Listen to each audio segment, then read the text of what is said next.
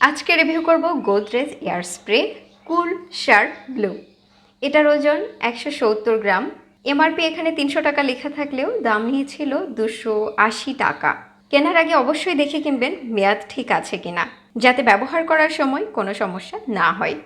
দেখতেই পাচ্ছেন বোতলের কালার ব্লু। বোতলটা অ্যালুমিনিয়ামের আর ক্যাপটা এটা প্লাস্টিকের। স্প্রে করা খুব সহজ, তবে স্প্রে করার আগে একটু ঝাঁকিয়ে নিয়ে তারপর স্প্রে করবেন। এই সুগন্ধটা বেডরুম, বসার ঘর এবং বাথরুমে ব্যবহার করা যায়, তবে রান্নাঘরে ব্যবহার করে খুব একটা লাভ নেই, কারণ রান্নার গন্ধ পুরোপুরি দূর করতে পারে না।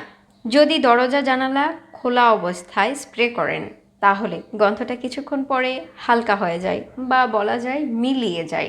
আর যদি ঘর বন্ধ থাকে তাহলে প্রায় 1 থেকে 1.5 ঘন্টা পর্যন্ত গন্ধটা টিকে থাকে। গন্ধের মধ্যে একটা ঠান্ডা ঠান্ডা ফিল আছে। গন্ধটা খুব বেশি তীব্র না, তবে কারো কারো কাছে একটু বেশি লাগতে পারে। স্প্রে করার সাথে সাথে একটু ঝাঁঝালো গন্ধ পাওয়া যায়, কিন্তু কিছুক্ষণ পরে সেটা মিষ্টি ও হালকা সুবাসে পরিণত হয়।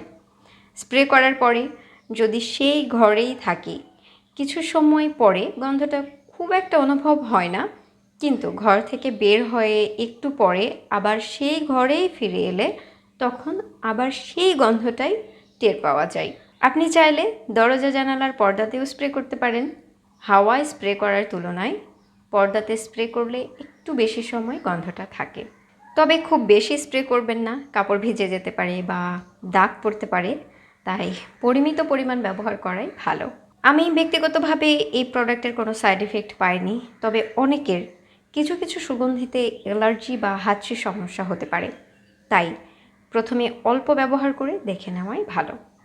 তো এই ছিল আজকের আমার রিভিউ ভিডিও। ভিডিওটি যদি ভালো লাগে প্লিজ একটা লাইক দিবেন। সবাই ভালো থাকবেন, সুস্থ থাকবেন। খোদা হাফেজ।